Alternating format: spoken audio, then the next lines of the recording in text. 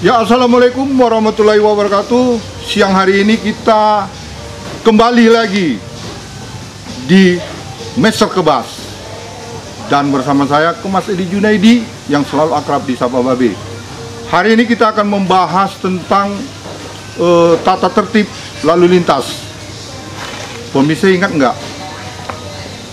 Di Simpang 3, tepatnya di Makam Pahlawan Nagur, begitu megahnya Tugu Wahana Tata Nugraha, yaitu apresiasi dari pemerintah pusat bahwasanya Kota Pematang Siantar pada zamannya lalu lintas begitu tertata rapi, perparkiran, segala macam berkaitan dengan pengguna jalan itu sangat tersusun, sehingga pemerintah pusat mengapresiasi kondisi Kota Pematang Siantar layak mendapat Wahana Tata Nugraha. Tapi sekarang tugu tersebut hanya sebagai pajangan dan hiasan reklame salah satu perusahaan rokok terbesar yang ada di Kota Pematang Siantar. Pemirsa, hari ini kita kembali lagi bersama Bapak Haji Sulaiman Sinaga yang selalu akrab disapa Horas Kedan. Assalamualaikum, Pak. Waalaikumsalam warahmatullahi wabarakatuh. Pak Sulaiman, hari ini kita akan membahas tentang tata tertib lalu lintas berlalu lintas yang ada di Kota Pematang Siantar. Carut marutnya Kota Pematang Siantar, macetnya Kota Pematang Siantar udah melebihi kota mega metropolitan. Dan ini sangat luar biasa. Salah satu yang penyebab macet adalah Jalan Sutomo dan Jalan Merdeka, dan itu jalan inti kota. Kita berharap salah satu terobosan daripada 100 hari kerja Bapak Wali Kota Wesley Silalahi dan Herlina, yaitu penata tertiban tentang lalu lintas yang ada di Kota Pematang Siantar. Kami ingin bertanya kepada Pak Sulaiman, sejauh ini pandangan Pak Sulaiman dengan kondisi carut marutnya Kota Pematang Siantar ini, apa yang harus dibuat oleh Wali Kota sehingga seluruh stakeholder, seluruh instansi vertikal ini ikut bersinergi bagaimana mengembalikan Kota Pematang Siantar ini yang benar-benar kota yang berprestasi pada seperti pada zamannya. Silakan, Pak. Baik, terima kasih. Salam Horas Kedan, Pak Wali Kota. Pertama mau saya sampaikan apa yang disampaikan oleh Junaidi tadi, bahwa Siantar ini pernah mendapatkan hadiah ataupun piala Tata Wahana Nugraha. Ini menandakan Wahana Tata Nugraha, Pak. Wahana Tata Nugraha itu adalah salah satu penghargaan kota tertib berlalu lintas. Perlu saya sampaikan pada kesempatan ini bahwa ketertiban lalu lintas itu sebenarnya hanya menjalankan, menegaskan bahwa tidak ada yang melanggar peraturan lalu lintas. Jangan ada pembiaran. Nah, kalau zaman dulu, di zaman gotong royong dulu yang jalan TB Simatupang, di zamannya Wahana Tata Nugraha ini, itu bersih dari pedagang, lancar di sana jalan lintas semua. Nah sekarang jangankan lalu lintas, jalan kaki pun udah susah lewat di situ. Lupa ya, Pak. Nah sebenarnya ini hanya menjalankan aja, kembali tadi seperti yang saya sampaikan bahwa ini hanya memanggil, ya, merapatkan, menegaskan kepada semua petugas lalu lintas dari mulai polisi, Dinas Perhubungan, Satpol PP, supaya menjalankan bagaimana peraturannya. Kalau itu jalan, bikin sebagai jalan. Kalau itu pasar, bikin sebagai pasar. Kalau itu trotoar, bikin sebagai trotoar. Nah, itu sebagai pengguna jalan, iya, jalan kaki ya. Kalau memang di Jalan Merdeka, jalan protokol itu dibuat menjadi pasar, karena ada kemarin itu insiden kecil ataupun ada kebakaran sehingga sementara bolehlah kita masuk. Tapi jangan terus menerus. Nah, saya melihat bahwa yang Jalan Merdeka bukan yang pedagang yang terbakar yang dari dalam itu lagi yang jualan di sana. Entah dari mana-mana muncul lagi penjualan yang baru di sana. Pedagang baru. Pedagang baru muncul lagi di sana. Pedagang baru muncul lagi. Inilah yang menang. Mula-mula dulu itu hanya sedikit aja. Ini sudah sepanjang jalan Merdeka itu, dari mulai jalan Simpang Cokro ya, Simpang jalan Wahidin itu udah mulai dari sana dibikin, kulihat bisa jualan sampai ke sana. Ya. Inilah yang perlu sebetulnya diteliti. Jangan ada di sana Satpol PP, ada di sana Dinas Perhubungan, ada polisi, tapi tidak bekerja sebagaimana fungsinya. Itu yang pertama. Yang kedua juga, kan banyak sekarang ini tempat-tempat yang harusnya dia menjadi trotoar dibuat jualan. Ya. Kalau memang yang trotoar itu mau dibuat jualan, buatkan payung hukumnya, bikin rancangan perdanya supaya itu diperdakan trotoar itu menjadi pasar, tempat orang jualan. Jangan dibikin di situ tempat jualan tapi statusnya masih trotoar, tempat orang jalan kaki. Bagaimana kita mau memungut restribusi jualan sedangkan tempatnya pun adalah fungsinya trotoar? Maka sehingga trotoar orang yang berjualan di sana itu tidak bisa membayar kewajiban kepada pemerintah karena tidak ada payung hukumnya. Yang ironisnya lagi, ada tempat jualan yang membayar restribusi, membayar pajak resmi kepada pemerintah kota.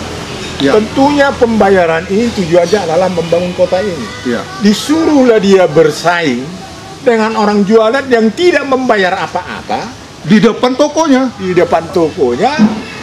Tidak membayar restribusi, tidak membangun tempat, menempati yang sudah dibangun oleh pemerintah kota. Di situlah dia beraksi, berjuang, bersaing dengan pedagang yang ada di situ, yang dia pedagang ini sudah memiliki modal tempatnya atau rukonya dengan modal besar lah, dengan modal besar. Udah itu dikutip lagi pajaknya, dikutip lagi distribusinya. Macam mana kita maju kota Siantar ini? Ya. Kita tidak melindungi orang yang membayar restribusi atau membayar pajak kepada pemerintah kota. Kan kalau restribusi yang penjualan di sini itu masuknya kepada PAD. Ya, betul. Kalau kepada pedagang-pedagang yang liar ini masuk kantong pribadi lah, Pak. Saya nggak bilang kantong pribadi. Kita bilang aja memang kantong pribadi. Saya nggak bilang kantong pribadi. Tapi itulah bagaimana majunya kota ini kalau orang yang membayar kewajibannya atau menyumbang PAD tidak diproteksi, tidak dilindungi oleh pemerintah kotanya. Maka minta Pak Wali, semua orang-orang yang melakukan kegiatan membayar kewajibannya, memenuhi peraturannya, tolonglah dilindungi. Kalau memang ada pedagang-pedagang karena perutnya yang sejengkal ini katanya dia mau melanggar peraturan dan lain-lain mau jualan di situ, itulah tugas pemerintah kota membuat tempat mereka jualan supaya ada relokasinya lah. Ada lokasinya, bikin tempat orang itu jualan, bikin perdanya, baru jualan dan mereka di situ sesuai dengan ketentuan. Kalau ada pun yang dikutip di sana bisa resmi masuk dia ke kas daerah. Nah, kita juga melihat pasar Bikora, Pasar Horas.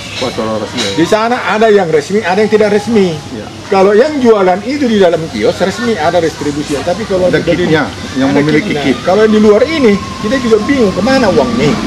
Kalau ada kutipan di sana kemana uangnya? Ini sama aja mengadakan kutipan-kutipan liar. Ya, yang namanya kutipan liar itu sudah sama dengan korupsi. Betul.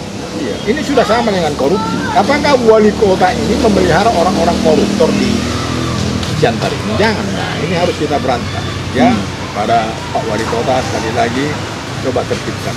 Saya katakan sekali lagi bahwa kota Siantar adalah kota nomor 2 terbesar di Sumatera Utara. Saya agak ragu apakah masih ini yang terbesar kedua, saya nggak tahu. Makanya kita mintalah kepada Pak Wali Kota supaya jalan-jalan yang ada ini, yang pertama kalau memang jalan-jalan, kalau memang sempit jalan itu lebarkan, dilebarkan jalan. Saya pikir itu dapat kami sampaikan soal ketertiban. Jangan lupa bahwa sejarah wahana Tata Nugraha. Tata Nugraha pernah dapat Siantar ini. Kapan lagi kita mendapatkan? Tunggulah 100 tahun lagi, Pak. Kan gitu. Jangan, mungkin Pak Wesley ini bisa mengerjakan itu. Jangan kita terus putus asa. Pak Wali Kota ini akan kita dukung. Jadi Pak Wali Kota jangan merasa bahwa kita memojokkan Wali Kota. Justru kita memberikan masukan bagaimana Pak Wali Kota bisa memimpin kota besar, kota Siantar ini dengan baik dan bisa menjadi sejahtera di sini. Demikian. Seperti tagline mereka ya kan, CS keras gitu ya. Ya CS keras. CS keras. Ya pemirsa Mona Lisa, itulah tadi bincang-bincang kita Kombur siang hari ini bersama dengan Pak Haji Sulaiman. Berbagai masukan, berbagai saran, dan berbagai program sebenarnya yang harus segera diselesaikan oleh pemerintah Kota Pematang Siantar. Jangan lagi menunggu 100 hari kerja itu baru dikerjakan. Artinya kita berharap eksekusi yang dilakukan oleh duet antara Pak Wesley dengan Herlina ini membuahkan hasil seperti tagline mereka, yaitu CS keras. Kita berharap diskusi kombur-kombur kita pada siang hari ini akan menjadi tontonan menarik buat pemirsa Mona Lisa, terusus di seluruh Indonesia. Yang pastinya apa yang kita kombur-komburkan ini bukan niat kami, bukan urusan yang harus kita pojokkan atau apa namanya yang dibilang oleh nanti netizen yang menyampaikan bahasanya ada kepentingan politik atau kepentingan individu. Yang pastinya kita berharap kombur-kombur ini menjadi salah satu sumber inspirasi buat Wali Kota Pematang Siantar. Dan kita berharap apa yang telah menjadi legenda daripada Kota Pematang Siantar dengan berbagai prestasi yang telah terukir itu dapat kembali dilakukan oleh duet pasangan Pak Wesley dengan Ibu Herlina. Dan kita tetap mendukung penuh dan kita tetap mengapresiasi segala kinerja daripada Bapak Wesley dan Ibu Herlina. Tapi yang perlu kita garis bawahi, jangan hanya kegiatan seremoni. Kita ingin Wali Kota Pematang Siantar ataupun Wakil Wali Kota Pematang Siantar menyapa langsung masyarakat, menyerap langsung aspirasi masyarakat. Karena kondisi sekarang infrastruktur Kota Pematang Siantar sudah banyak yang bermasalah dan membahayakan bagi pengguna jalan. Mungkin itu dulu yang bisa kami sampaikan, dan terus ikutin tayangan-tayangan kami. Kita masih dalam program 7 Inspirasi untuk Anak Negeri. Assalamualaikum warahmatullahi wabarakatuh. Horos Kedan.